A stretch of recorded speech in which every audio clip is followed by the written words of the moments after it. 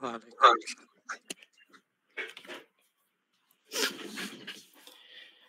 Baik, alhamdulillahirabbil alamin, hatur nuhun untuk rekan-rekan kelas RPL IF 8 yang telah hadir di agenda lanjutan perkuliahan di sore hari ini ya.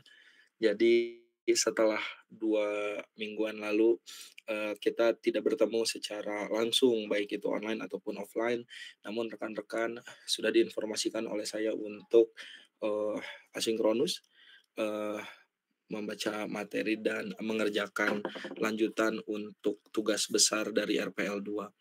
Dan alhamdulillah hari ini kita bisa bertemu kembali di akhir, eee, pekan ya, di 2023 ini gitu ya, di penghujung tahun, di hari Kamis tanggal 28 Desember kita bisa bertemu kembali secara, online gitu, secara langsung bersama rekan-rekan, dalam bentuk online di lanjutan perkuliahan untuk RPL 2.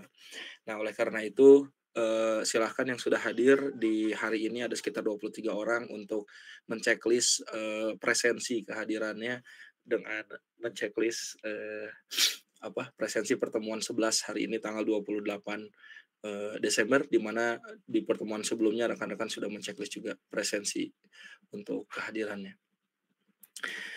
Nah, baik rekan-rekan, untuk agenda hari ini saya akan, membahas dulu mengenai 2 materi sebelumnya yang sudah sempat saya, mention di grup gitu secara, umum. Baru, selanjutnya saya akan, membahas, mengenai, eee, pengerjaan tugas besar, gitu. Jadi kalau ketika UTS rekan-rekan sudah mengumpulkan desain sprint gitu ya, dan setelah desain sprint selesai dikumpulkan dalam bentuk video, dilanjutkan dengan langsung, eee, pembuatan dokumen ya. Nah, jadi minggu lalu sudah saya rilis tugas untuk membuat dokumen laporan tugas besar, ya kurang lebih seperti ini gitu ya. Ini udah ada beberapa rekan-rekannya yang sudah, mengisi gitu.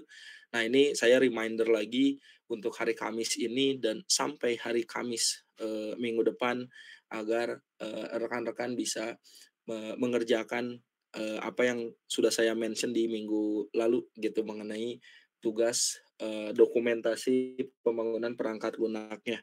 Karena di minggu depan, insya Allah di awal tahun yang baru, tahun 2024, tepatnya tanggal 4 gitu ya, 4 Januari 2024, hari Kamis, kita akan, eee, responsikan gitu, kita akan bahas hal-hal yang sudah rekan-rekan kerjakan, baik itu di, desain sprint, di UTS-nya gitu ya, dalam bentuk video maupun di laporannya. Nah, maka kurang lebih hari ini tuh lebih pada checkpoint saja dulu gitu ya, untuk rekan-rekan yang sudah mengumpulkan di sini, bisa mencantumkan linknya, bagi yang belum masih ada waktu untuk 1 minggu ke depan kerjakan. Nah, namun yang menjadi pembahasan hari ini adalah saya akan menjelaskan kira-kira poin apa saja yang seharusnya, ada di dalam setiap subbabnya. Itu yang, eee, kedua ya, yang akan saya bahas. Jadi yang pertama, saya akan memaparkan materi dulu, lanjutan mengenai RPL 2. Yang kedua, saya akan membahas mengenai, template, eee, pelaporan tugas besar. Nah, jadi, reminder untuk rekan-rekan nih yang kalau di layar bisa terlihat mungkin ya, di sini ada 2 kelompok yang belum memasukkan link YouTube-nya. Jadi harapannya link YouTube-nya dimasukkan juga di sini ya, karena ini sudah lewat gitu ya, harusnya ketika UTS kemarin. Nah ini, tujuannya biar tercatat, dalam satu wadah bersama gitu. Jadi silakan 2 kelompok ini ada Enjoy, ada Turu untuk memasukkan link YouTube-nya. Selanjutnya saya reminder juga untuk, kelompok OY, kelompok, Halaranyu, kemudian ada Enjoy dan ada, Turu untuk memasukkan, link dokumen, pembangunan perangkat lunaknya di sini, gitu. Di mana nanti kedua hal ini, hasil reviewnya akan saya bahas di minggu depan, di kelas gitu ya, agar, harapannya di tahun baru nanti itu rekan-rekan bisa hadir seluruhnya gitu ya, di setiap anggota kelompoknya secara fisik karena ya kita udah masuk ke tahun yang baru, udah beraktivitas lagi secara normal. Berbeda dengan hari ini mungkin beberapa rekan-rekan juga ada yang, sedang, berlibur gitu ya atau berkumpul dengan keluarganya, sehingga tidak saya laksanakan secara offline di kampus gitu ya, mengingat rekan-rekan juga mungkin ada di lokasi yang berbeda-beda, atau bahkan tidak di Bandung saat ini, tapi tetap bisa mendengarkan, penjelasan yang saya sampaikan di agenda hari ini, gitu ya. Jadi silakan ini bagi yang, eee, belum, masih ada 1 minggu gitu ya untuk pembuatan, dokumentasi sampai subbab 3.5 di link DPPL, tugas besar untuk diisi. Oke, itu dulu informasi awal yang saya berikan di awal perkuliahan hari ini. Saya masuk ke sesi pertama, yaitu lanjutan ya, terkait dengan, materi kita. Oke, jadi kalau rekan-rekan sudah melihat, seluruh materi saya itu sudah ada di LMS Unikom. Eee, dari UTS pembahasannya adalah mengulang materi yang telah diajarkan di, pemrograman berbasis objek dulu ya, semester 3-an atau semester 1 mungkin. Eee, ini dua materi pertemuan 9, 10, dilanjutkan dengan ada package diagram, selanjutnya adalah sequence, ada deployment. Nah ini 1, 2, 3, 4 materi ini, dari kelas diagram, package, sequence, sampai deployment, ini adalah lanjutan materi-materi mengenai UML, gitu. Jadi kalau sebelum UTS tuh teman-teman belajar UML itu ada 3 hal ya, use case diagram, use case skenario, activity diagram, selesai. Nah,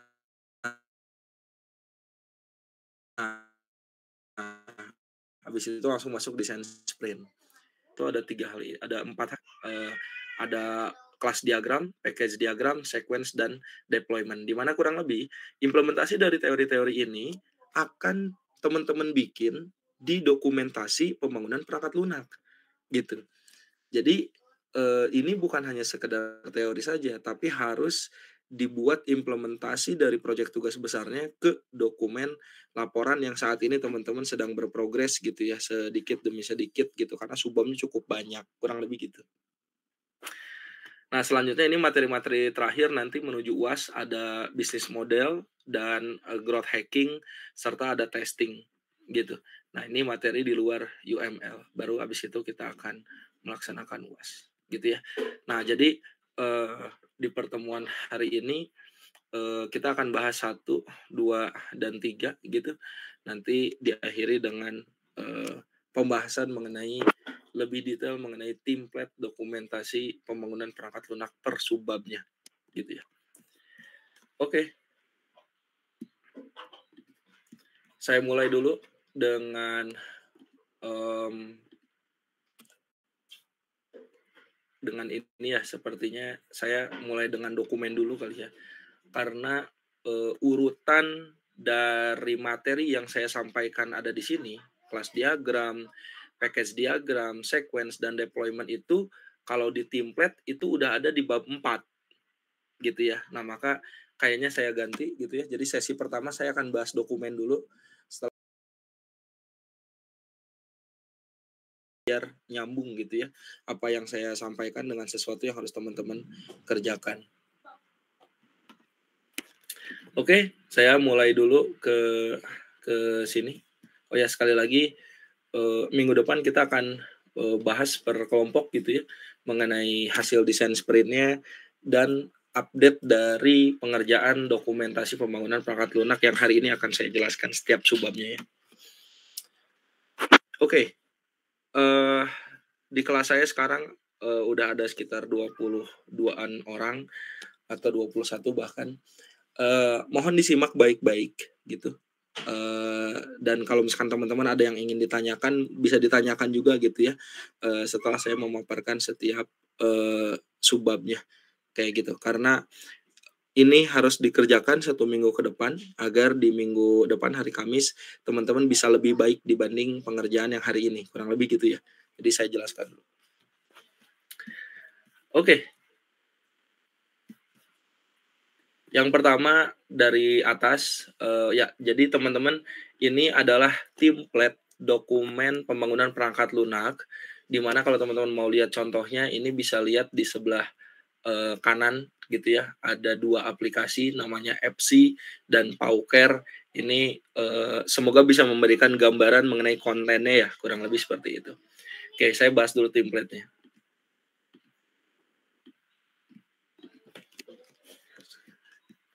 Yang pertama dari judul, ini teman-teman bisa ganti, angkanya jadi 2023 gitu ya, biar, bisa bisa tetap, sesuai gitu dengan, update yang terjadi hari ini. Jadi ini ada IF Unicom RPL 2 tahun 2023, nanti mangga bisa diedit. Kemudian yang kedua adalah, nah ini adalah nama produknya teman-teman. Kemudian di sini ada versi. Versi ini adalah versinya draft gitu ya. Karena kan teman-teman masih in progress mengerjakannya. Kecuali nanti jika udah selesai di akhir perkuliahan, maka tulisannya berubah jadi final gitu. Nah, si dokumen perubahan ini nanti setiap revisinya harus dicatat di sini. Misal, teman-teman udah ngerjain 1 minggu ini, maka belum ada revisi. Minggu depan kita akan diskusi gitu, sehingga ada potensi saya akan memberikan revisi terhadap apa yang teman-teman kerjakan. Nah, baru di sininya diganti. Jadi revisi 1.0. Tanggal berapa direvisinya? Misalkan tanggal minggu depan, yaitu 4 Januari 2023. Misalkan kayak gitu ya. Nah, ini jumlah halamannya harus diupdate juga sesuai dengan jumlah halaman terbaru yang ada saat ini. Ini juga sama berubah jadi 2023 gitu ya. Jadi kalau sekarang belum ada revisi karena belum saya cross check, namun di minggu depan setelah teman-teman perbaikin dulu dari hasil penjelasan saya hari ini, itu baru ada revisi. Kemudian ini ada nama grup, NIM, dan nama. Nah, ini bisa dibikin kayak gini aja. Jadi nama grupnya itu ada nama produknya di sini, kemudian ada nama orangnya, nama lengkap, sama ada NIM-nya juga gitu ya. Jadi ada NIM, ada nama lengkap kayak gitu. Oke. Ini untuk cover ya. Selanjutnya kita move ke daftar isi. Kalau daftar isi, rekan-rekan ini udah harapannya teman-teman bisa mengimplementasikan auto pagination ya. Gitu. Jadi ini kalau ada perubahan di bawah, kalau kita update table kontennya ini jadinya otomatis gitu ya, si angka-angkanya gitu. Nah, itu harapannya bisa di otomasi. Oke, nah sekarang kita lihat dulu secara umum ya dari daftar isi.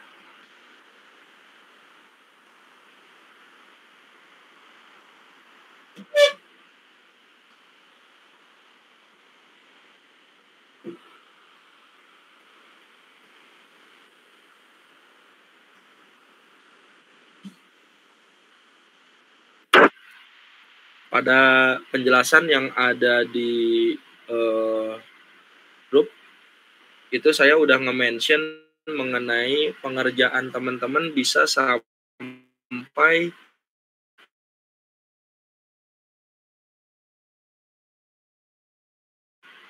terus dikerjakan di 2 minggu ini ya, berarti dari subbab. Nah, jadi teman-teman bisa lihat yang harus dari minggu lalu sampai 1 minggu ke depan ini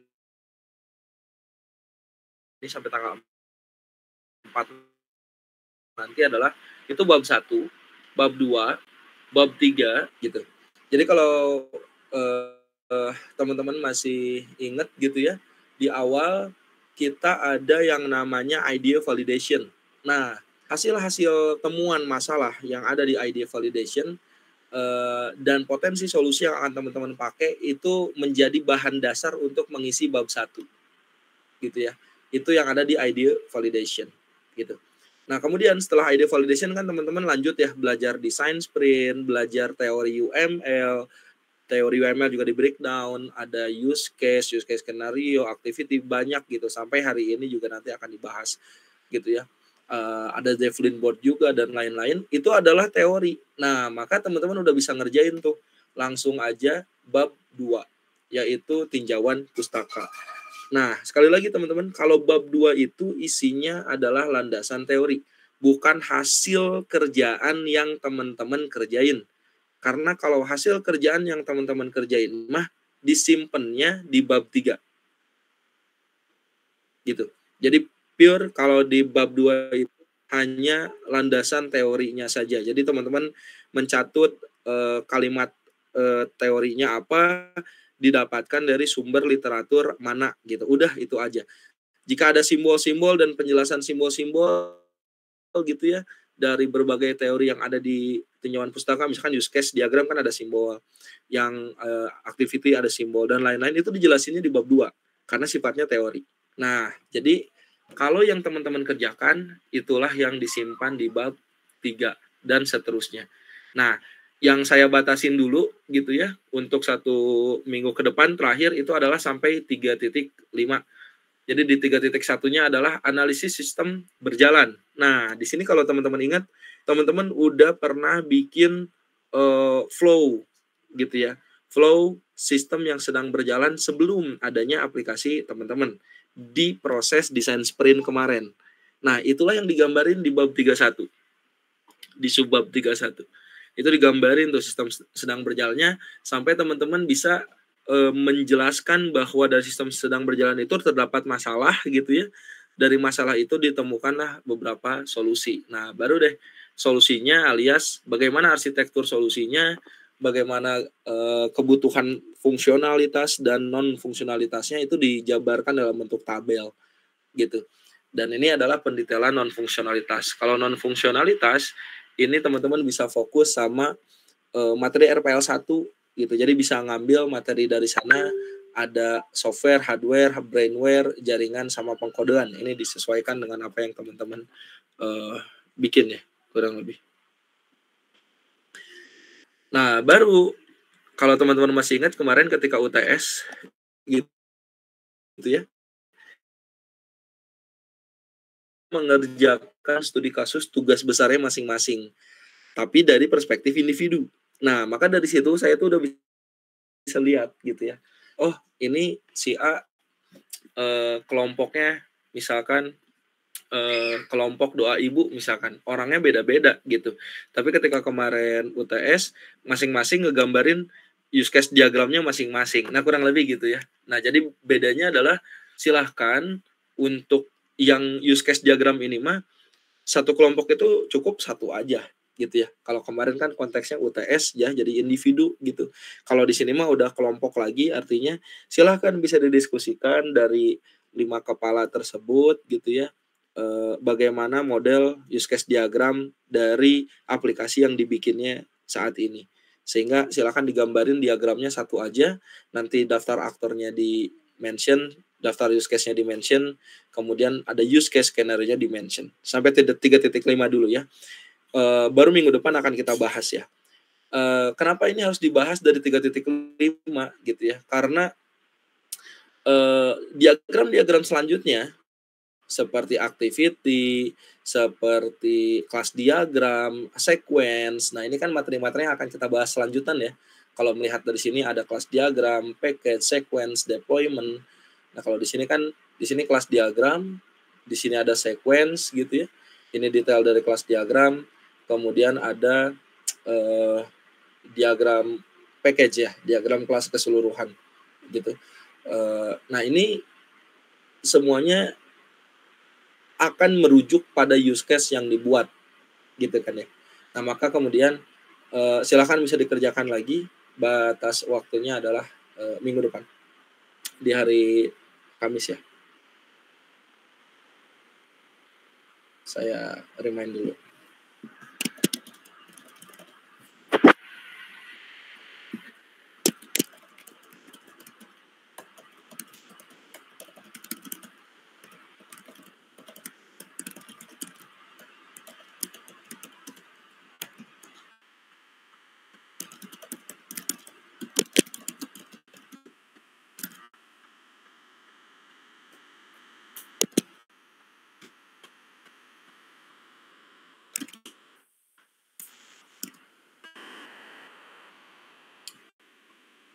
Oke, baik. Kita langsung masuk ke konten ya. Nah, kita mulai dari bab 1 ya. Jadi silakan ini teman-teman bisa refleksikan terhadap dokumen yang udah teman-teman kerjakan ya. Di sini sejauh ini udah ada 2 kelompok nih, hatur nuhun. Mangga bisa di cross check. Ini juga buat teman-teman yang lain nih saya tunggu gitu ya untuk dikerjakan juga dokumen dokumen.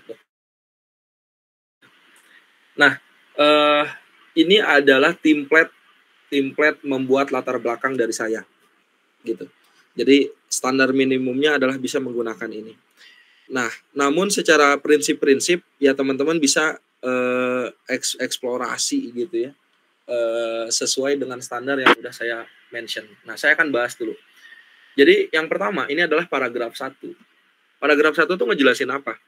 Paragraf 1 itu adalah ngomongin angka-angka besar yang bentuknya adalah fenomena atau masalah yang temuan atau isu-isu besar yang belum spesifik akan teman-teman ambil.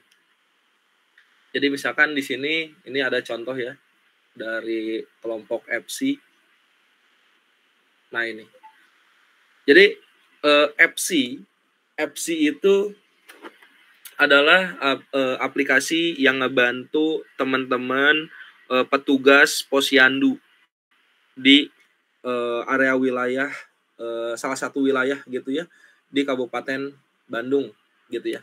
Nah ini paragraf pertamanya. Ini yang kedua ada aplikasi Paucare. Aplikasi Paucare itu adalah aplikasi yang ngebantuin orang-orang yang punya hewan peliharaan kayak gitu. Hewan yang punya hewan peliharaan, di mana hewan peliharaan itu umumnya punya masalah-masalah yang terjadi sehingga dibuatkanlah aplikasi mengenai hewan peliharaan ya, kurang lebih gitu. Nah, teman-teman bisa lihat di paragraf awal. Jadi di sini sama di sini ya, ini harusnya bisa jadi gabung gitu. Jadi yang diceritain di awal itu adalah bukanlah perkembangan teknologi saat ini pesat, bukan. Jadi kalau masih ada di antara teman-teman yang awalnya masih ngejelasin mengenai perkembangan teknologi saat ini sangat pesat, itu udah udah dimulai dengan latar belakang yang tidak bagus gitu ya. Kenapa? Karena IT itu adalah sebuah tools, adalah alat bantu untuk menyelesaikan masalah atau proses bisnis yang ada di organisasi atau masalah yang ada di lapangan. Nah, maka yang jadi paragraf awal itu adalah sektornya dulu langsung gitu. Jadi kalau teman-teman tadi ada ya kalau di kelompok ini kan ada fancy tech, ada OY, itu udah punya sektor-sektornya masing-masing ya. Nah, si sektornya itu yang kemudian dibahas gitu ya. Jadi silakan bahas sektornya disertai angka dan data dan referensinya dari mana. Kalau kita lihat di sini kan 72% rumah tangga di Indonesia memiliki hewan peliharaan dengan mayoritas kucing sebesar 47%, kurang lebih gitu. Dilansir dari Persatuan Dokter Hewan Indonesia, hanya 20.000 dokter hewan dari 70.000 dokter hewan yang dibutuhkan. Nah, di sini kan ada gap ya, teman-teman. Nah, ini yang saya maksud fenomena dengan isu besar gitu. Jadi ada 70.000 dokter hewan yang dibutuhkan, namun yang tersedia hanya 20.000. Itu di 2020 berdasarkan data dari Persatuan Dokter Hewan Indonesia.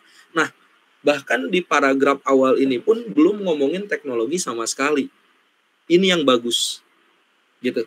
Jadi kalimat paragraf pertama inilah yang bagus. Jadi ngejelasin dulu. Kemudian dilanjutin gitu. Di paragraf pertama ini kalau konteksnya hewan peliharaan, kalau ini konteksnya adalah posyandu ya. Menurut profil kesehatan Indonesia tahun 2019 terdapat 296 ribuan posyandu yang secara spesifik kalau di Kabupaten Bandung terhadap 4.308 posyandu yang aktif sampai 2022 kayak gitu. Dimana, nah ini dijelasin nih masalah-masalah secara umum gitu ya, masalah-masalah secara umum itu adanya di bab 1. Jadi ada data besar. Jadi kalau teman-teman bikin studi kasus, ada informasi umum secara dunia gitu ya, secara Indonesia, dilanjutin lebih mendalam angka-angka besar dari sisi Jawa Barat, dilanjutin lebih spesifik ke angka-angka besar di Kota Bandung. Nah, itu boleh banget gitu. Jadi silahkan riset, cari angka-angka besar yang mendukung sektornya teman-teman di dunia, di Indonesia, di Jawa Barat, dan di Kota Bandung. Kayak gitu ya. Nah, baru setelah selesai nih bab 1, bab selanjutnya, ini ya contohnya, 1, 2 gitu ya. Anggaplah ada 1, 2, 3, 4 gitu misalkan ya. Jadi, yang ada di bab 2, itu udah harus langsung ngejelasin masalah yang teman-teman temukan dari hasil riset ke lapangannya teman-teman kemarin. Gitu. Itu perbedaannya dengan bab di paragraf 1. Jadi kalau di paragraf 1 masih ngomongin fenomena isu angka-angka besar sampai minimal Kota Bandung gitu ya. Nah, baru di paragraf 2 itu udah ngomongin masalah yang mau teman-teman angkat gitu, sesuai hasil idea validation. Nah, yang diangkat di sini adalah customer personanya. Berapa orang, umurnya berapa dari berapa, dia tuh kesulitan dalam melakukan apa, segala macam gitu ya. Jadi kalau ada risk assumption dimension juga. Kenapa sih masalah itu bisa terjadi? Oh iya, itu dikarenakan A, B, C, D gitu ya. Jadi kalau teman-teman misalkan agak bingung gitu ya dengan template yang saya kasih ini, nah kurang lebih paragraf 2, 3 dan seterusnya itu ngejelasin mengenai berdasarkan hasil wawancara yang dilakukan kepada 2 jenis customer persona, ada customer A sama customer B, di area penelitiannya di mana misalkan Kota Bandung gitu, Kecamatan Arjuna, Cicendo misalkan gitu ya. Ditemukan masalah pertama yang muncul adalah terdapat sekian persen customer yang mengalami masalah apa. Nah, ini kan template-nya gitu ya. Memiliki ini risk assumption-nya apa yang valid gitu. Nah, jadi teman-teman, yang dicantumin di sini adalah cukup risk asumsi atau masalah atau main problem yang validnya saja. Karena ini kan bentuknya udah dokumen gitu ya. Udah dokumen laporan pembangunan perangkat lunak. Karena ini bentuknya dokumen, jadi masalah yang teman-teman cantumkan di sini harapannya adalah masalah-masalah yang hasil dari ID validation kemarin itu usernya teman-teman ya setelah di interview itu menyatakan valid terhadap masalah tersebut gitu ya. Nah, jadi kelihatan di sini kalau dicontoh gitu. Ini udah ada persenannya gitu, berapa orang yang merasakan kesulitan, berapa orang yang merasakan kesulitan terhadap masalah tersebut gitu ya.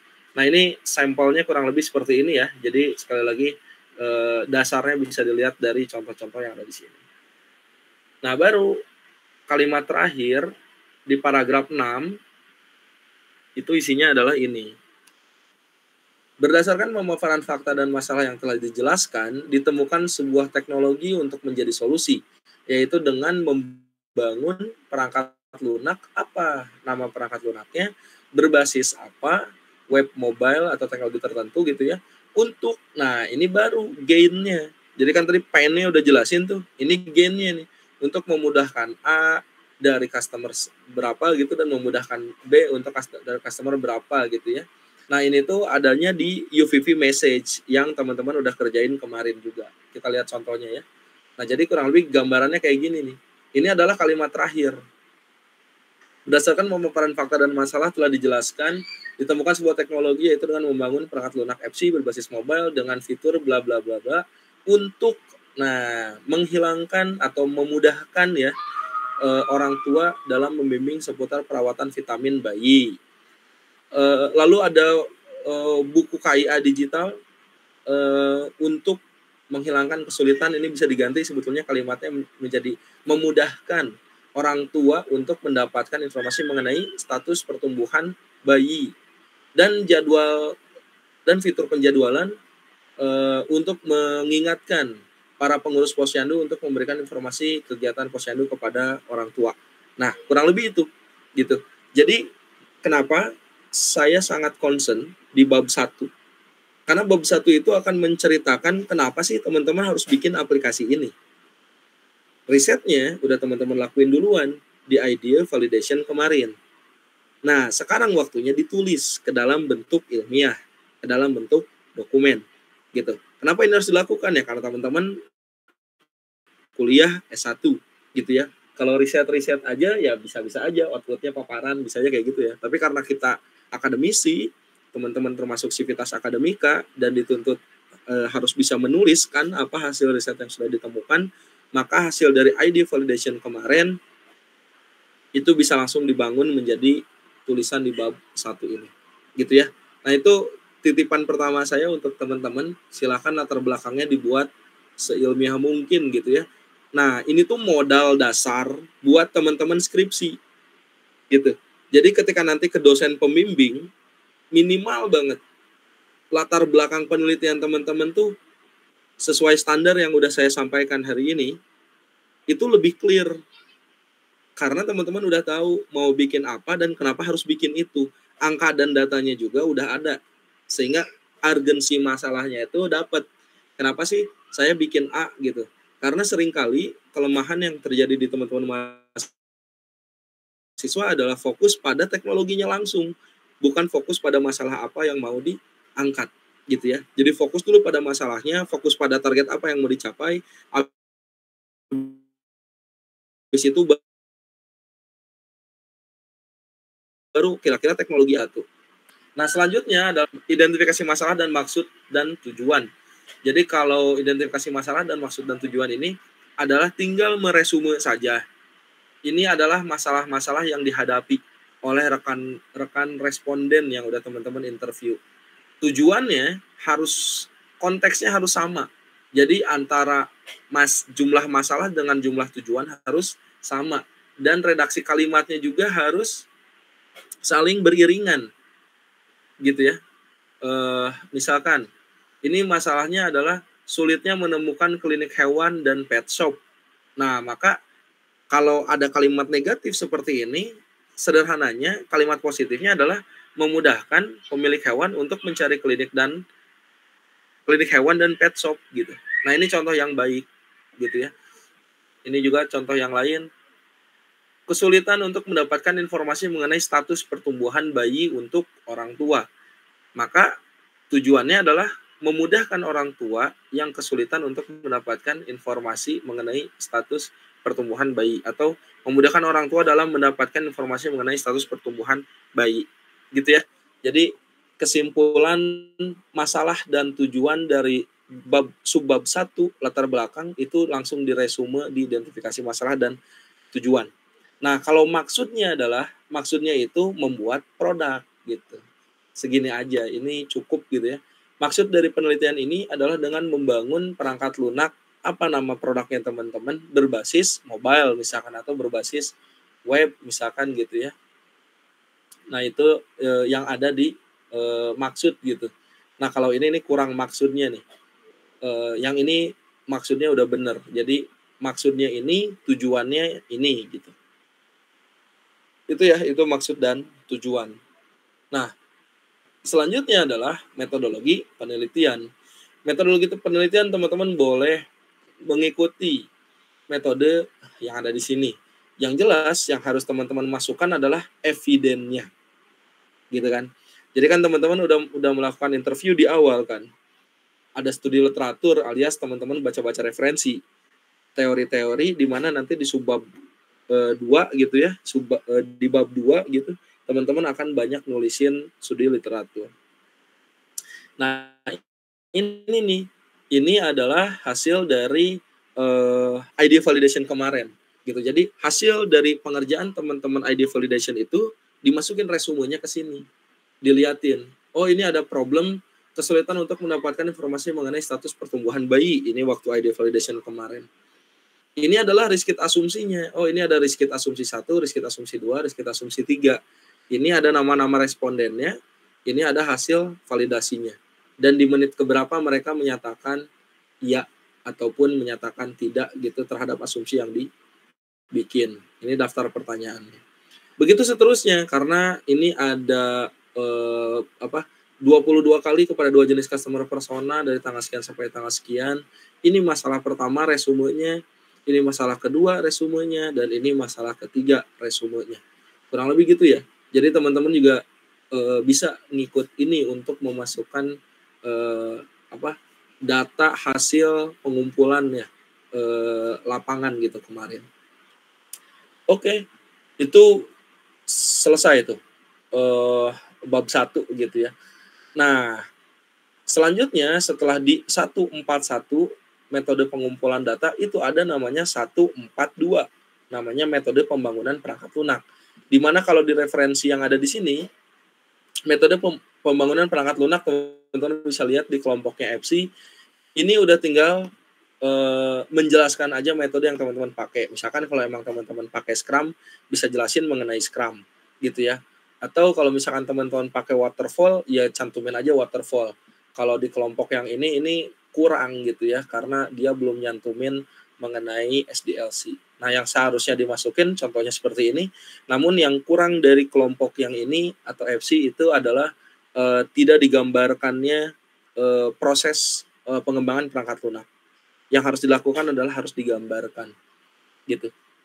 Nah, jadi jangan lupa ini 142 metode perangkat lunak masih di bab 1, langsung dikasih gambar ya. Jadi kalau di sini kan penjelasan saya, paparkan dalam bentuk gambar sesuai konsep SDLC yang digunakan gitu. Jadi silakan ikutin penjelasan yang ada di sini, sesuaikan isinya gitu. Nah, udah selesai itu semua tentang bab 1 gitu. Oke, sampai sini dulu. Mungkin dari rekan-rekan di bab 1 ada yang mau ditanyakan dulu?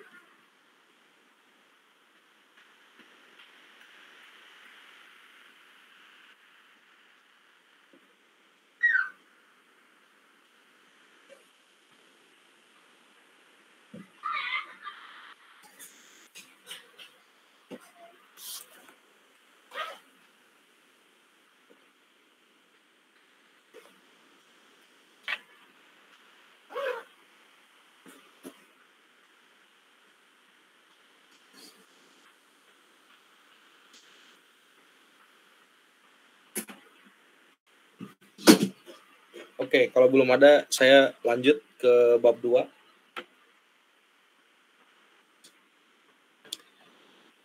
Karena satu kelompok itu kan isinya banyak orang ya, teman-teman. Jadi silakan nanti ketua kelompoknya bagi tugas gitu. Soalnya bab 2 ini mah lebih cenderung sangat bisa dikerjakan oleh semua orang di dalam kelompoknya. Kenapa? Karena memang tujuan dari studi literatur atau tinjauan pustaka adalah teman-teman mengetikkan ulang landasan teori yang ngedukung selama perkuliahan RPL 2 ini berjalan. Harus disertai dengan citasi IEEE dari teori-teori yang teman-teman ambil gitu ya. Nah, jadi pastikan setiap kalimat yang teman-teman masukkan di tinjauan pustaka itu memang ada dasarnya atau ada referensinya. Dan nanti setiap teori yang teman-teman masukin itu harus dimasukin ke bagian akhir, yaitu bagian daftar pustaka atau daftar referensi gitu ya. Jadi itu harus berkesinambungan. Setiap kali nulis teori validasi ide itu dimasukkan. Setiap kali nulis teori Javelin board, setiap kali nulis UML, use case itu dituliskan juga di bagian akhir. Jadi biar nanti bisa lebih tertata gitu ya nomor referensi dari IEEE-nya gitu. Nah, untuk ini saya ngasih gambaran ke teman-teman.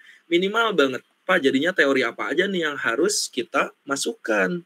Ya ini kurang lebih dari 2.1 sampai 247 gitu. Nanti kalau misalkan ada tambahan 2.5 yaitu namanya bisnis model canvas, misalkan gitu ya. 2.6 ada growth hacking gitu ya. Nah, itu bisa tuh dimasukkan selanjutnya. Tapi minimal banget teori-teori yang harus teman-teman masukin adalah dari 2.1 sampai 247 gitu ya. Nah, sekali lagi saya ingatkan, konten yang ada di bab 2 tinjauan pustaka ini adalah teori. Jadi bukan hanya tentang teks seperti ini ya, tapi ada referensi yang teman-teman masukkan gitu ya.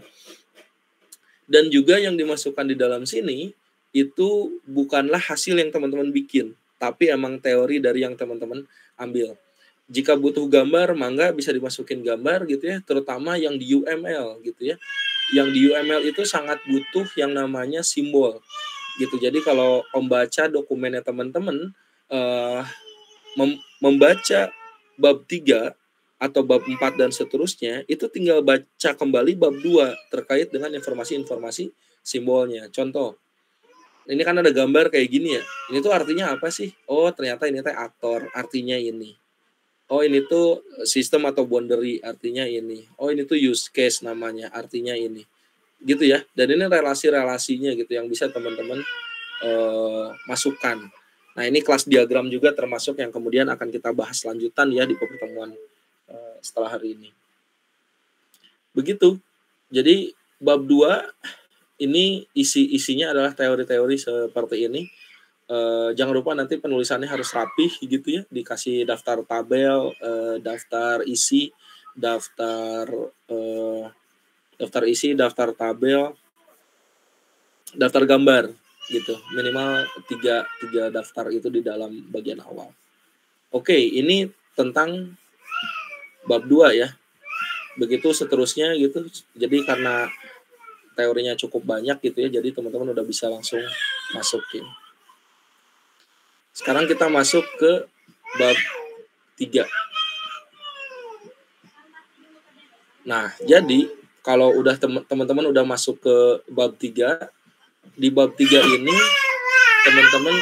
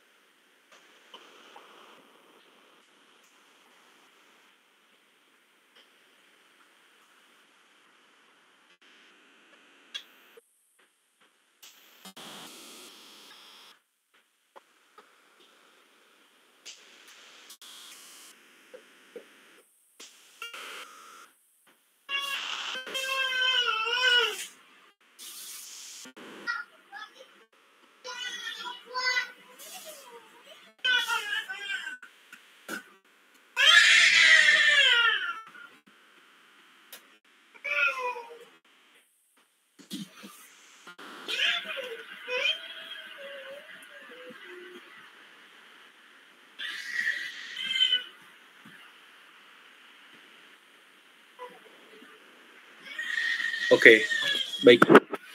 Kita lanjutkan. Kita masuk ke bab 3 ya. Nah, jadi kalau di bab 3, kalau teman-teman lihat contoh yang ada gitu ya, tentunya hal yang udah teman-teman kerjain kemarin itu lebih baik dibanding contoh yang ada di sini. Tapi secara konteks saya sampaikan bahwa yang pertama yang ada di bab 3 adalah analisis sistem yang sedang berjalan.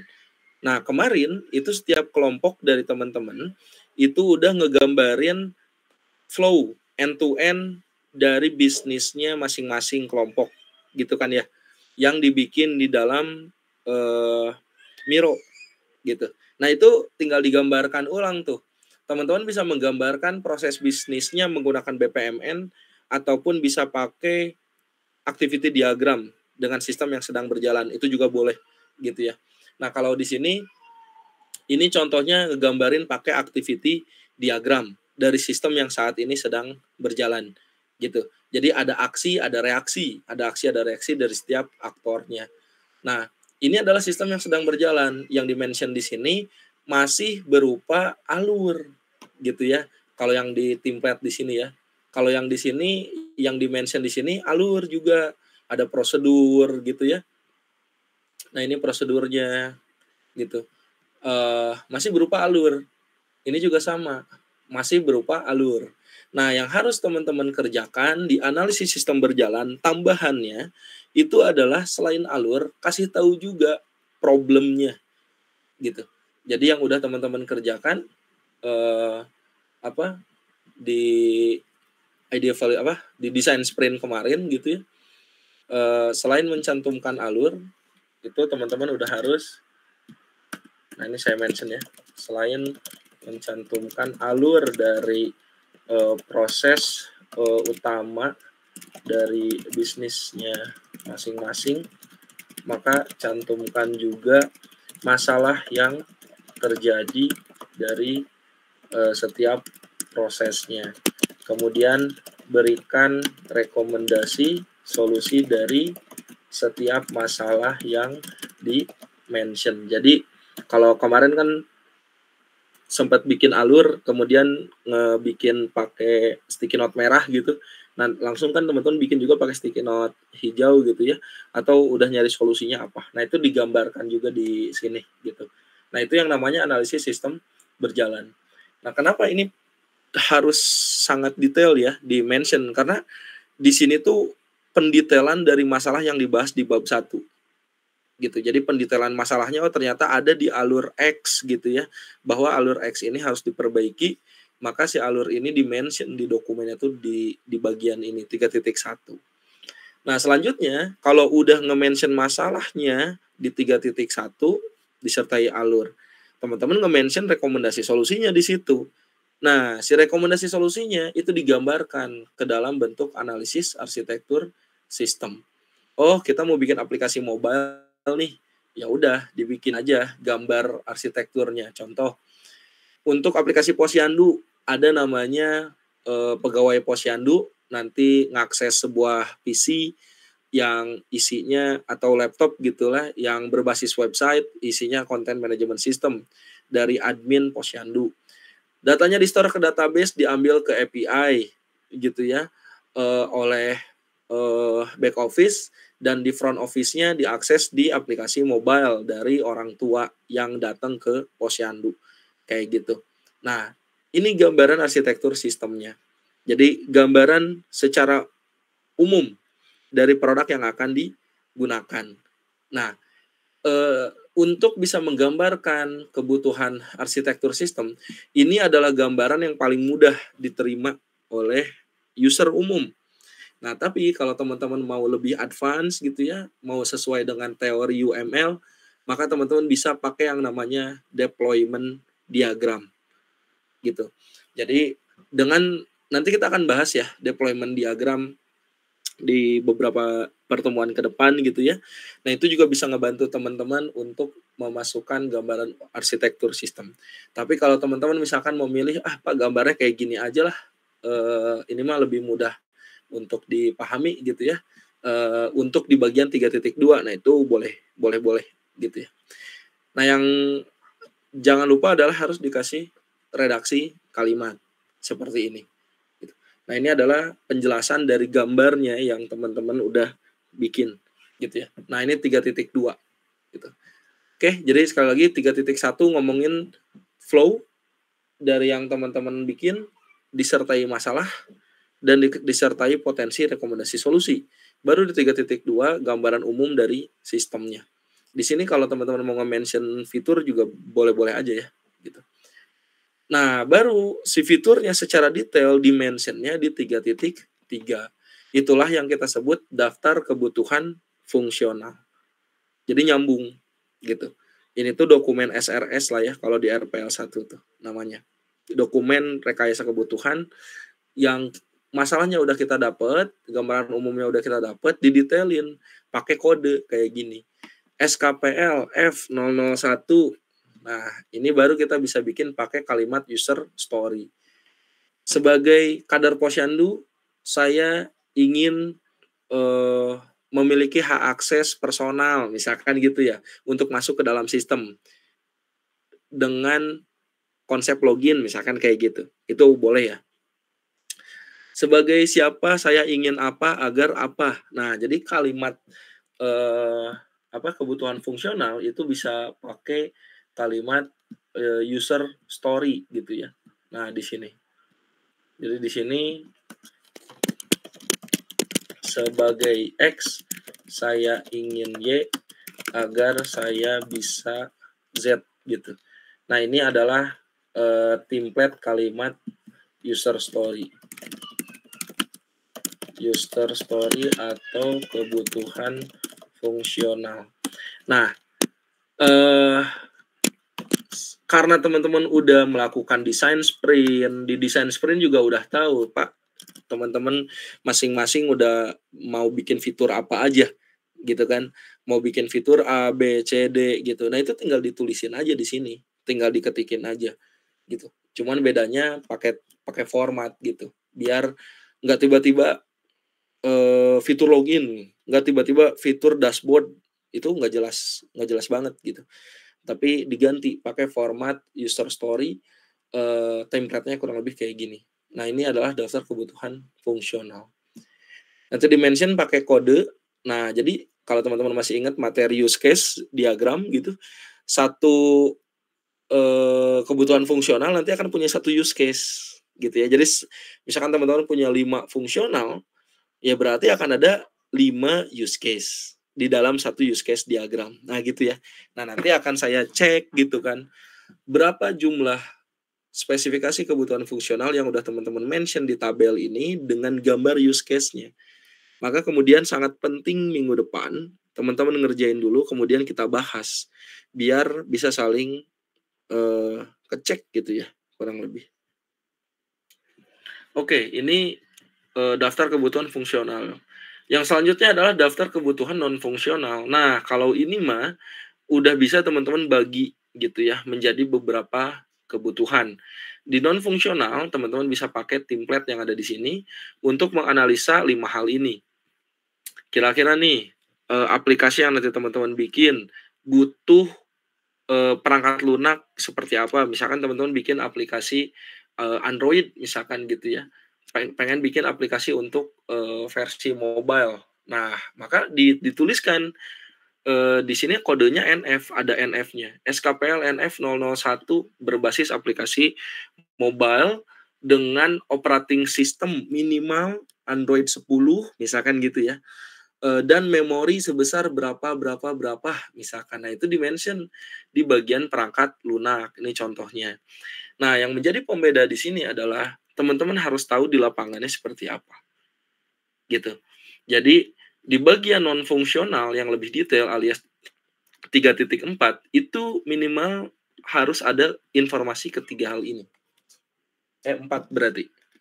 Nah, ini template-nya harus ada 4 hal ini. Yang pertama ada tabel yang isinya spesifikasi kebutuhan non fungsional ya, ini tipe ya, non fungsional. Di mana fakta kebutuhan yang ada di lapangan itu seperti apa. Dan ini adalah kebutuhan minimal, artinya kita sebagai engineer, udah bisa menganalisa, wah ini kalau aplikasi yang saya bangun tuh minimal Android 6.0 deh, Marshmallow juga udah bisa ngakses, misalkan gitu ya. Tapi di lapangannya ketika kemarin melakukan interview, eee, responden saya udah Android 13 kok. Nah, berarti kan udah bisa support tuh, logikanya kayak gitu. Nah, kesimpulan itu dimasukin di sini. Kesimpulannya adalah berdasarkan SKPLNF 010203 antara kebutuhan dan fakta di lingkungan sudah memenuhi syarat kebutuhan. Gitu. Jadi sekali lagi ini adalah, bagian analisis kebutuhan non fungsional di mana terdiri dari 4 informasi di dalam subbabnya. Mau itu perangkat lunak, perangkat keras, mau itu jaringan gitu ya, ataupun, brainware serta pengkodean itu harus ada 4 hal ini. Tabel, fakta, kebutuhan minimum dari teman-teman, sampai ke kesimpulan. Begitu seterusnya, ini bisa dilihat contohnya di sini gitu, ini untuk perangkat lunak gitu ya. Kemudian untuk perangkat keras begitu juga sama template-nya mah, cuman bedanya kan hardware-nya dimention sangat detail di sini gitu. Jadi ada, fakta di lapangannya gimana, ada minimum yang teman-teman udah analisa, oh kayaknya pakai versi sekian juga udah bisa jalan lah sistem saya mah gitu ya. Itu adalah kebutuhan minimum. Sehingga di kesimpulannya terpenuhi atau belum terpenuhi justru misalkan itu di-mention. Brainware, nah kalau brainware kan teman-teman udah belajar tuh kemarin. Secara customer persona itu yang dianalisa ini gitu. Dan ternyata membutuhkan orang-orang yang seperti ini sehingga nah inilah faktanya. Oh di lapangan ternyata, stakeholder-nya ini gitu. Bagaimana dari sisi responsibility, tingkat pendidikan, keterampilannya, sama pengalaman penggunaan komputer gitu, itu diceritain semua. Antara fakta di lapangan dengan kebutuhan paling minimum yang akan dibikin. Nah, ini dokumen di bagian, eee, hardware ya? Brandware. Selanjutnya jaringan. Nah, ini kalau jaringan ya teman-teman kan misalkan berbasis web ataupun mobile, berarti kan ada server dan lain-lain gitu ya. Ada IP address-nya gimana konsepnya. Nah, ini kalau saya kan lokal ya, kalau contoh yang ada di sini mah lokal gitu. Ada juga yang, basisnya web kemudian di-hosting. Nah, jadi hitung-hitungan hosting, berapa biaya bandwidth, berapa biaya yang dibutuhkan buat, servernya bisa up, kayak gitu-gitu, itu di-mention di bagian analisis kebutuhan jaringan. Nah, yang terakhir adalah pengkodean. Jika kemudian studi kasusnya teman-teman tuh, ketika nanti teman-teman bikin ID masing-masing gitu, nah itu tuh, ada kode spesifik ya, kayak NIS gitu ya, kayak NIM, nomor induk mahasiswa itu kan di setiap digitnya itu punya makna gitu. Nah, jika teman-teman punya makna tertentu di setiap kode-kode yang dibikin jadi primary key, di project tugas besarnya masing-masing, itu harus dimasukin ke pengkodean, analisis pengkodean. Oke, itu 3.4. Nah, terakhir yang harus teman-teman bikin di 1 minggu ke depan adalah model use case, gitu. Nah, jadi kalau model use case seperti ini, teman-teman tinggal masukin gambarnya, kemudian dibikin tabel aktornya apa aja, sama use case-nya apa aja. Baru habis itu bikin use case skenario dengan template seperti ini, didetailin gitu ya. Jadi kalau sekali lagi teman-teman bikin 15 use case, maka activity, use case skenario-nya harus 15 juga. Nah, ini, sampelnya ya. Jadi nah ini, untuk kelompok yang FC, use case-nya seperti ini, maka diperlihatkan gitu, ini harusnya ada 1, 2, 3 gitu ya, maka di sini aktornya juga harusnya ada 3 gitu. Kemudian ini definisi use case-nya dihitung ada berapa di sini, di tengah-tengah, maka di sininya pun harus sesuai.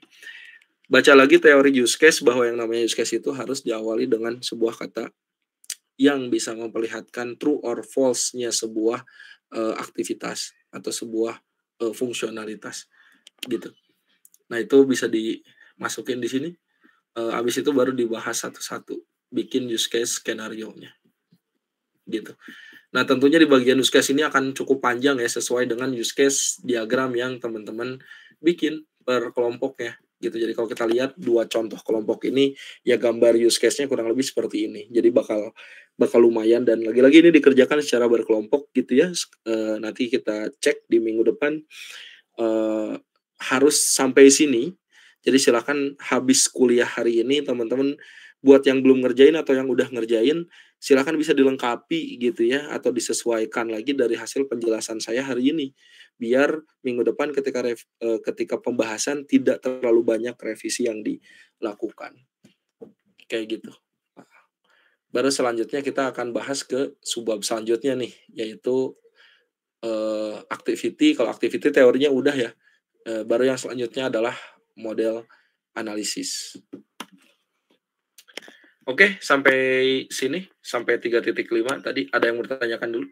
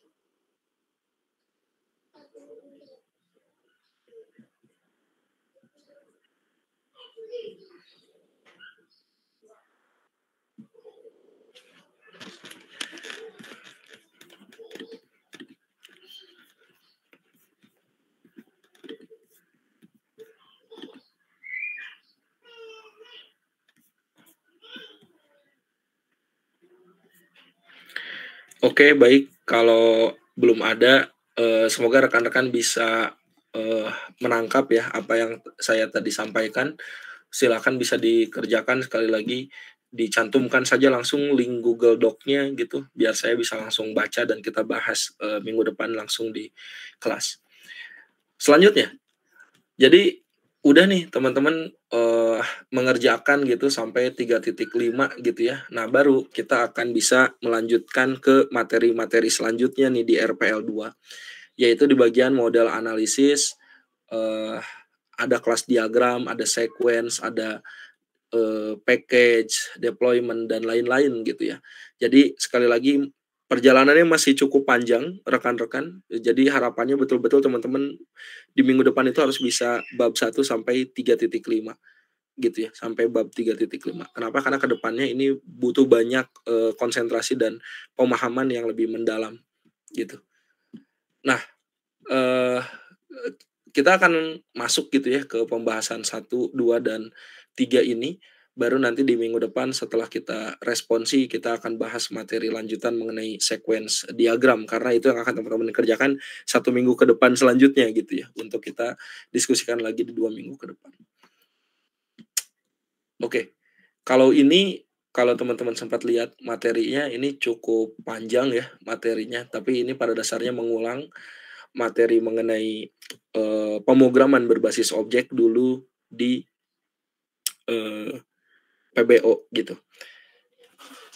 Nah, di sesi kedua ini yang mau saya sampaikan adalah silahkan langsung bagi tugas untuk teman-teman, ada yang fokus membuat dokumentasi yang tadi udah saya sampaikan.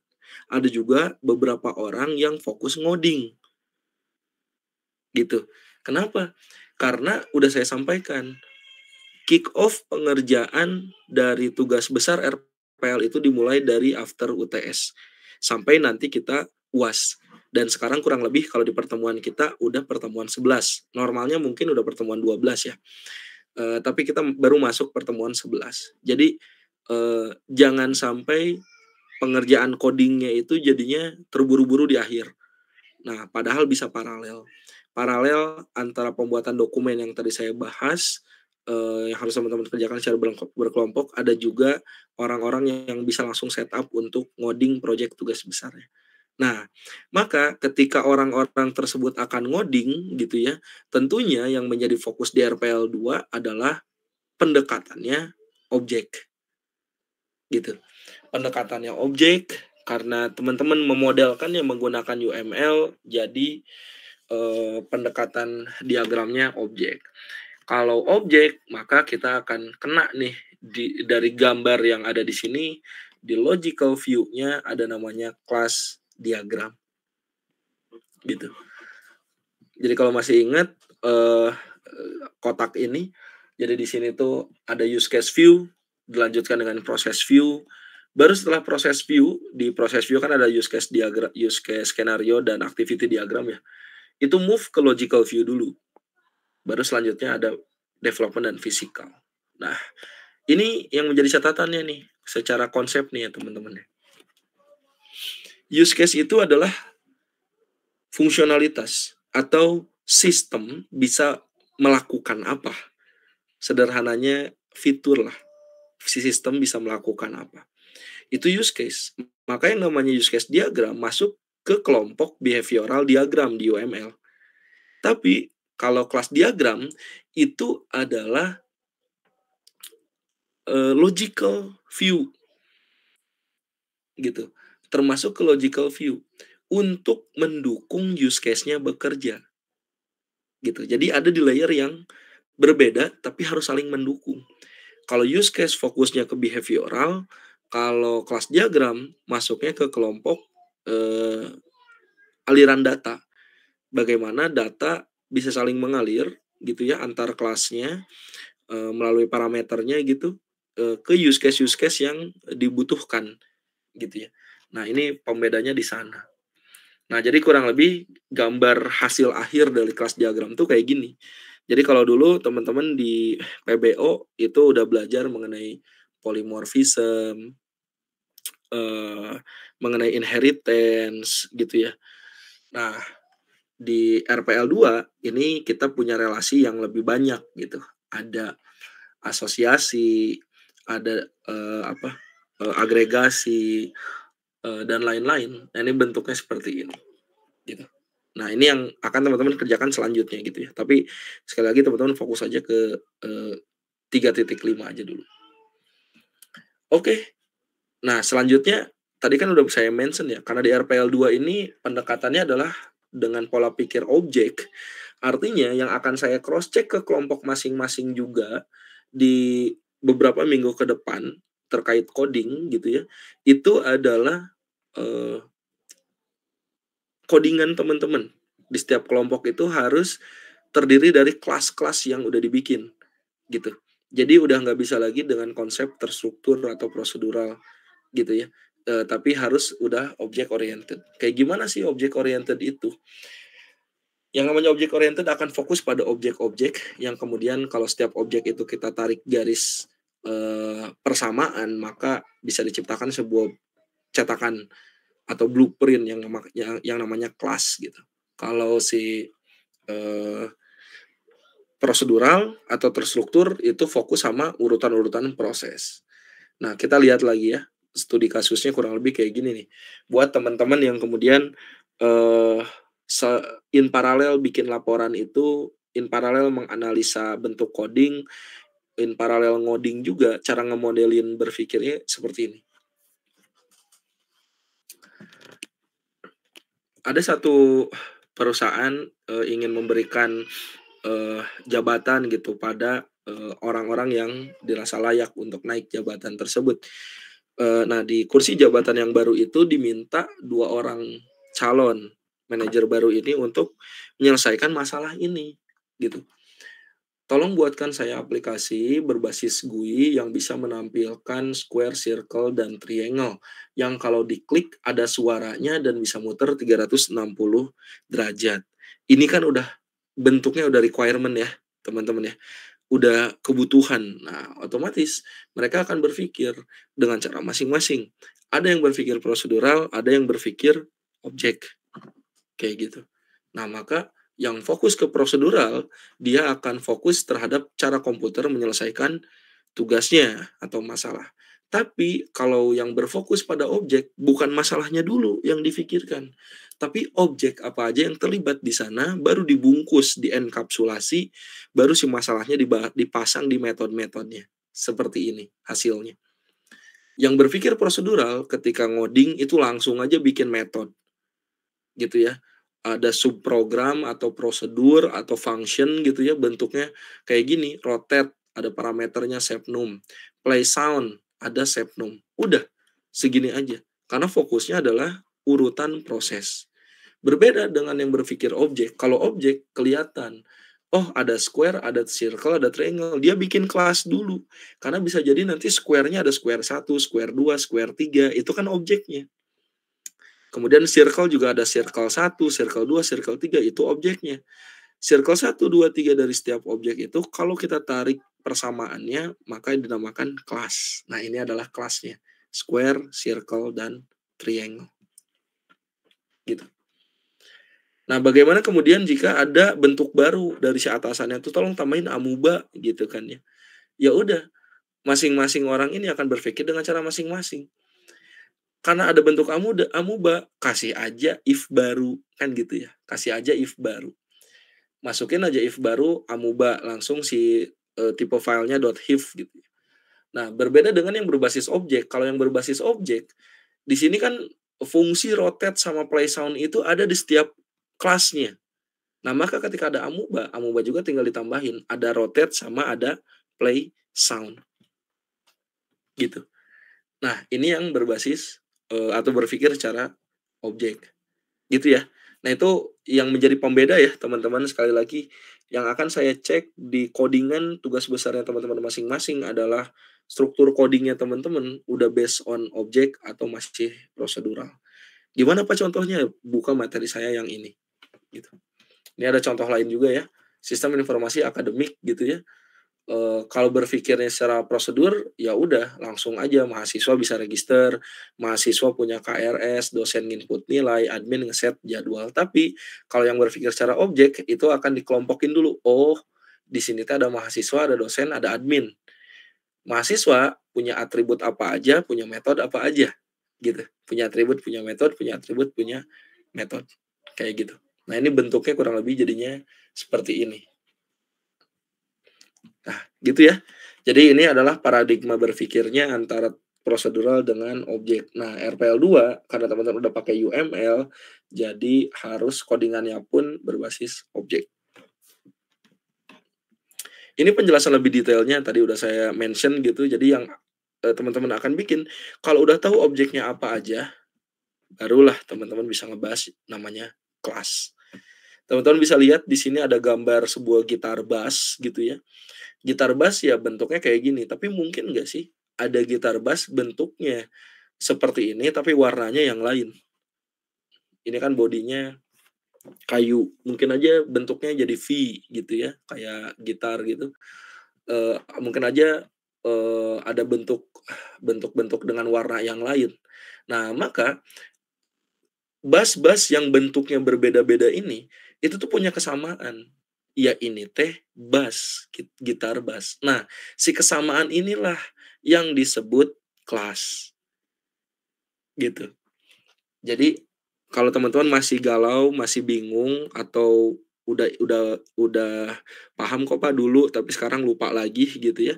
Bagaimana membedakan objek sama kelas? Yaitu seperti ini. Yang paling mudah ada di dunia nyata kita adalah objek, kayak kita manusia. Ada mahasiswa A, mahasiswa B, mahasiswa C, itu objek. Tapi apa yang bisa bikin sama antara mahasiswa A, B, dan C itu? Oh, masing-masing punya nama. Oh, masing-masing punya alamat, masing-masing punya tempat tanggal lahir, masing-masing punya tinggi badan, punya berat badan. Itu yang menjadi kesamaan. Nah, si kesamaan itu ditarik menjadi sebuah kelas. Sehingga kita punya yang namanya cetak biru. Nah, inilah yang menjadi pembeda prosedural dengan objek.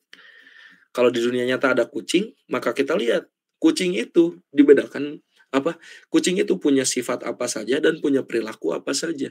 Karena ketika kita lihat objek di dunia nyata itu punya warna, nama, jenis, misalkan dari kucing, dan behavior berjalan dan mengeong, kita bisa terjemahkan ke dalam coding. Kita bikin di dalam codingan kita objek kucing yang punya atribut nama, warna, dan jenis yang punya fungsi berjalan dan mengeong. Kurang lebih gini ya, gitu.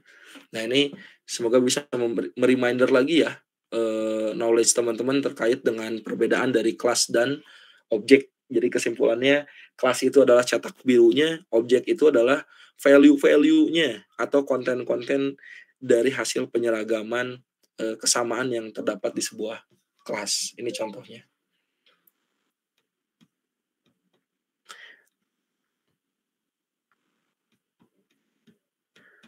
Oke, kalau udah ada kelas, udah ada objek, maka harus ada instansiasi objek gitu ya. Jadi nanti ya teman-teman akan pakai assignment minimal kayak gini gitu ya untuk instansiasi objek. Pastilah kalau teman-teman yang udah ngoding objek pasti akan mengalami gitu ngasih kode sama dengan new gitu ya. Kemudian di sini ada konstruktor gitu ya. Di sini ada dog my dog, dog ini adalah kelasnya, ini adalah nama objeknya gitu. Nah, ini materi-materi dulu ya waktu di PBO. Jadi saya hanya mengulang saja dan ini adalah, contoh-contohnya ya. Nah, selanjutnya, setelah kita tahu paradigma mengenai terstruktur atau prosedural dengan berbasis objek, yang menjadi pembahasan selanjutnya dari, materi mengulang ini setelah ada kelas dan objek adalah ada konsep dasar, ada abstraksi, enkapsulasi, inheritance, dan polymorphism, gitu. Abstraksi itu bentuknya kayak gini ya, kalau kita resumekan. Jadi, enkapsulasi itu adalah bungkus, di mana tujuannya sebuah kelas itu yang di dalamnya ada atribut-atribut data gitu ya, itu dipasang, bukan hanya atributnya tapi metodenya juga dipasang ke dalam bentuk private gitu, agar bisa dibuat getter setter untuk si getter setter inilah yang dipanggil di kelas yang lain atau di luar gitu. Biar apa? Biar dibungkus dulu, dienkapsulasi. Tujuannya adalah data protection sama code readability, kayak gitu. Maka ini implementasi dari enkapsulasi adalah getter, setter. Dan tentunya atribut datanya dibikin private gitu ya, sama metodenya dibikin private, biar nanti getter setternya yang dibikin public. gitu. Nah ini, visibility atau hak akses dalam sebuah kelas. Negatif, private, public, atau, positif gitu. Nah kalau ada turunan maka, kalau bentuknya inheritance gitu, itu tinggal pakai pagar aja, seperti ini. Oke, ini ada contoh-contohnya. Jadi ada contoh codingan di dalam, Java gitu ya, pakai NetBeans juga bisa kalau teman-teman mau nyobain boleh. Yang jelas ini ada contoh-contoh dari getter setter,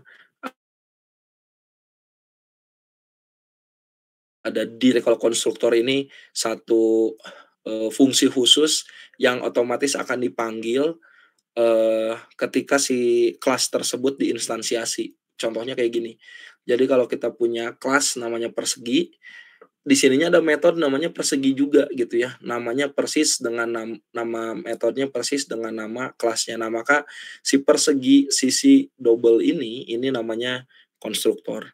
Artinya ketika persegi ini dieksekusi, maka apapun yang ada di dalam metode persegi ini bakal ikut kepanggil. Itu namanya konstruktor. Contohnya ini, punya kelas bartender, di sini ada public bartender. Nah, apapun yang ada di dalam ini, ketika diinstansiasi dengan bentuk seperti yang di bawah ini gitu ya, bartender sama dengan new bartender, otomatis yang ada di sini akan kepanggil. Nah, makanya biasanya kalau teman-teman mau ngelempar value dari satu kelas ke kelas yang lain, dari satu objek ke objek yang lain, disimpannya di konstruktor. Nah, nanti secara penggambaran harus tergambarkan di sequence diagram gitu ya. Nah, itu pembahasan minggu-minggu selanjutnya ya. Nah, itulah contohnya konstruktor. Di konstruktor juga ada overloading konstruktor ya dan lain-lain. Ini inheritance. Inheritance adalah bentuk relasi yang paling kuat karena, konsepnya adalah parent and child, orang tua dan anak gitu. Jadi anak harus betul-betul ngikutin, sifatnya si orang tua. Maka kemudian kata kunci dari kelas yang akan teman-teman bikin adalah adanya kata kunci extend, kayak gitu, seperti ini.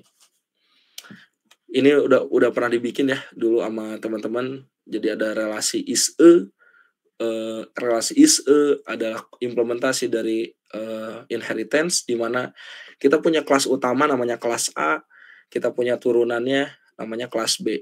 Tapi si kelas B ini teh kelas A. Contoh, mobil adalah turunan dari kendaraan. Nah, maka ketika kita mengextend A, segala sesuatu yang ada di A bisa dipanggil di kelas B, kayak gitu. Nah, kita balik lagi ke studi kasus yang awal. Tadi kan kalau yang berpikir secara objek, rotate sama play sound itu jadinya dimension di semua kelasnya, kelas square, kelas circle, triangle, amuba gitu ya. Nah ini tuh nggak efektif. Gimana dong biar efektif? Kenapa nggak efektif? Karena kan terjadi duplikat nama metode ya. Ada rotate play sound di square, circle, triangle, amuba gitu ya.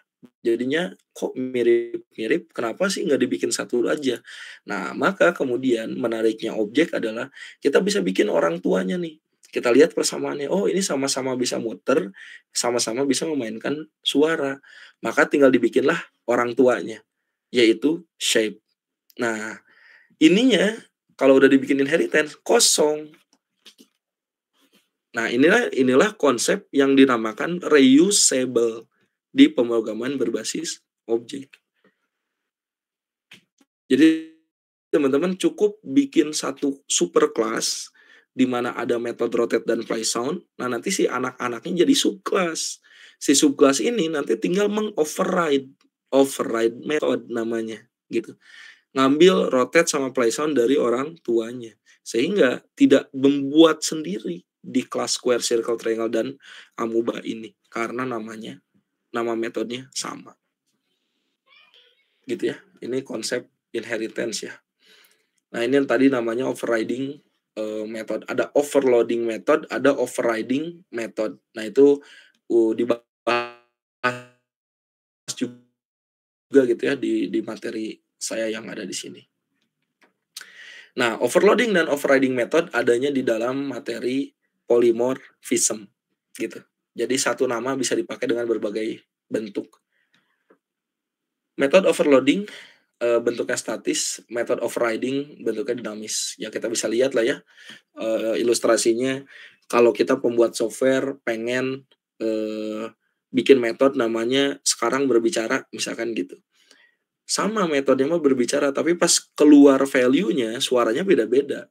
Ada yang, eee, suara bebek, suara kucing gitu ya, suara gajah atau apapun gitu. Nah ini namanya polymorphism. Maka implementasi dari polymorphism adalah adanya overloading method dan overriding method. Ya contoh kayak gini, orang tuanya punya bersuara, tapi anaknya punya bersuara, cuman ada parameternya.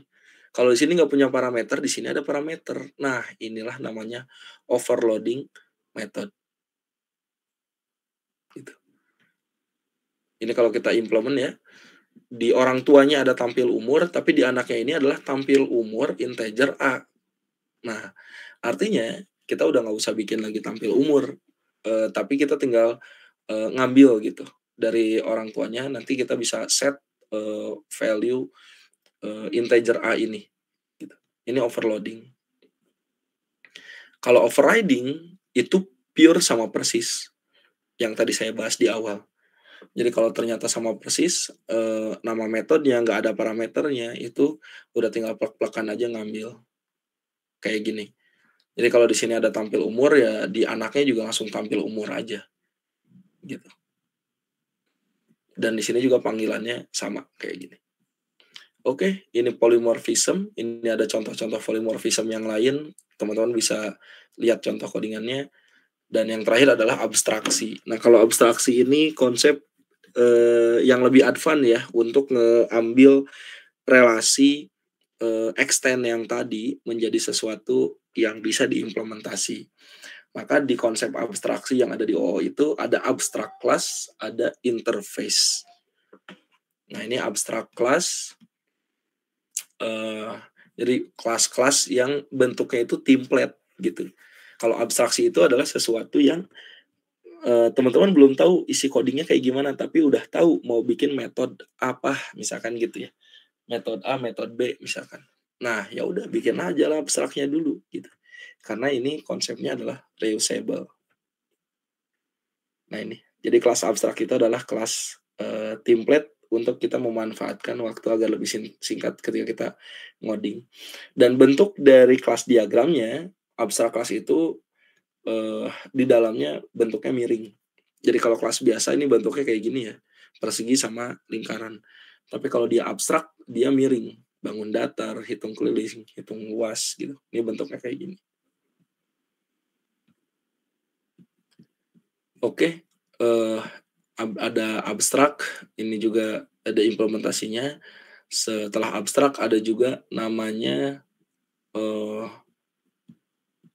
interface. Nah, di pemrograman objek tuh kalau teman-teman bikin mobile itu pernah dapat kata kunci implement gitu. Nah, karena konsep lain dari abstraksi adalah interface. Interface itu bukan kelas, jadi isinya tuh cuman metode-metode yang nggak ada isinya gitu. Nah, kayak gini contohnya. Public interface animal, udah aja kosong. Public wolf implement animal gitu. Kosong nggak ada isinya apa-apa misalnya. Atau mau ada isinya bisa aja. Misalkan isinya cuman nama metode tertentu. Nah, nanti di sininya bisa pasang menjadi nama metode tertentu. Gimana contohnya? Nah, di sini ya. Jadi misalkan ada bangun datar, kita udah tahu nih, si bangun datar itu tuh bisa melakukan hitung keliling, bisa melakukan hitung luas, kayak gitu. Nah, dari hitung keliling dan hitung luas ini tuh kita belum tahu isinya apa, yang jelas udah pasti ini kepake di berbagai kelas, misalkan gitu. Nah, maka di kelas utamanya misalkan ada public kelas persegi, di sini tinggal ditambahin ada kata kunci implement dari siapa? Implement dari bangun datar. Nah, maka kemudian nanti ketika di-generate ada kata kunci override, override seperti ini. Artinya ini tuh otomatis ngambil dari metode ini. Nah, baru deh isinya ini kan sisi kali 4, sisi kali sisi di-return-kan.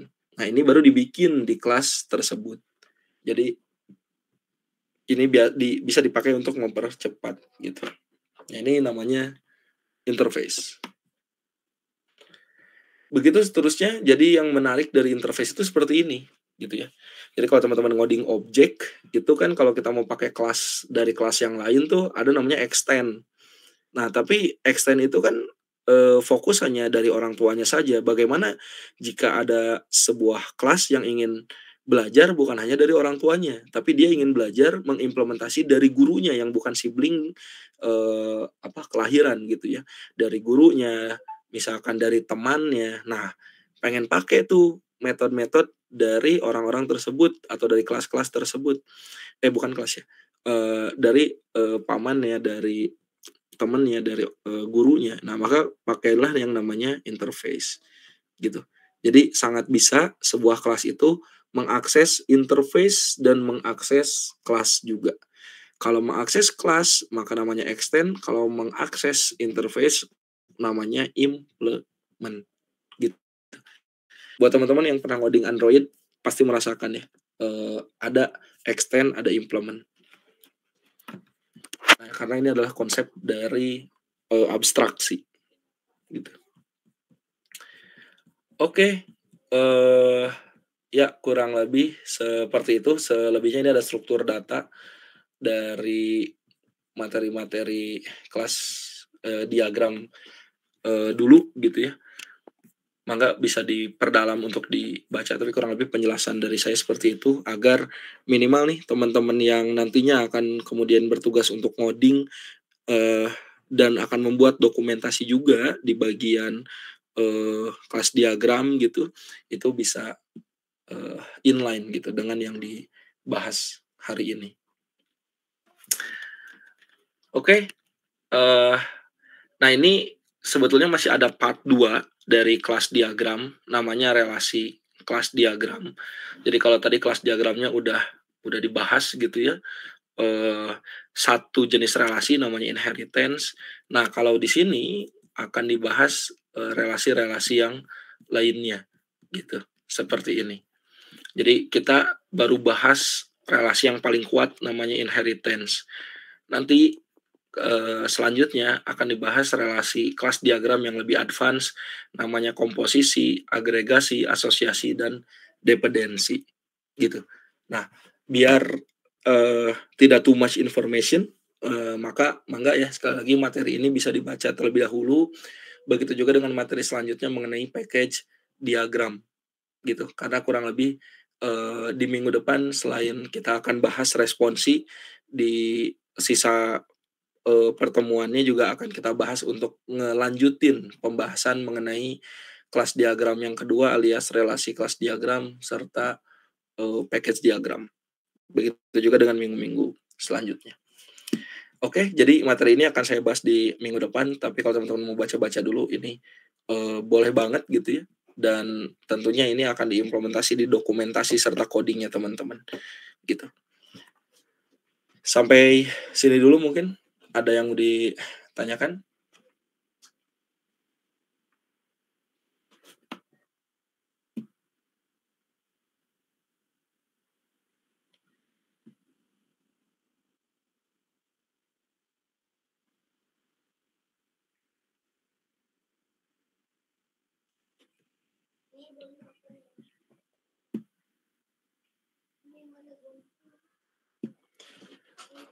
Oke, mungkin kalau belum ada, eee, sekali lagi saya tunggu ya untuk, pengerjaan dokumentasinya di sini, di minggu depan. Harapannya sudah bisa, selesai sampai 3.5 sehingga kita bisa bahas. Selanjutnya saya akan membahas materi lanjutan mengenai kelas diagram part 2 dalam bentuk relasi, dan diagram-diagram selanjutnya di UML. Secara offline di kelas gitu ya, jadi harapannya nanti bisa ada tanya jawab juga ke teman-teman lebih lebih aktif gitu di kelas. Itu saja yang bisa saya sampaikan di sore hari ini. Sekali lagi buat teman-teman yang sudah hadir tapi belum mengisi presensi, silakan di-checklist saja pertemuan 11 hari ini tanggal 28 Desember. Selamat berakhir pekan untuk rekan-rekan, selamat menikmati, tahun barunya dan insya Allah kita ketemu lagi di minggu depan hari Kamis tanggal 4 Januari 2024. di lanjutan perkuliahan offline RPL 2 di kelas. Saya akhiri dengan alhamdulillahirabbil alamin. Assalamualaikum warahmatullahi wabarakatuh. Waalaikumsalam warahmatullahi wabarakatuh. Terima kasih Pak. Sampai jumpa tahun depan Pak. Ya, izin live.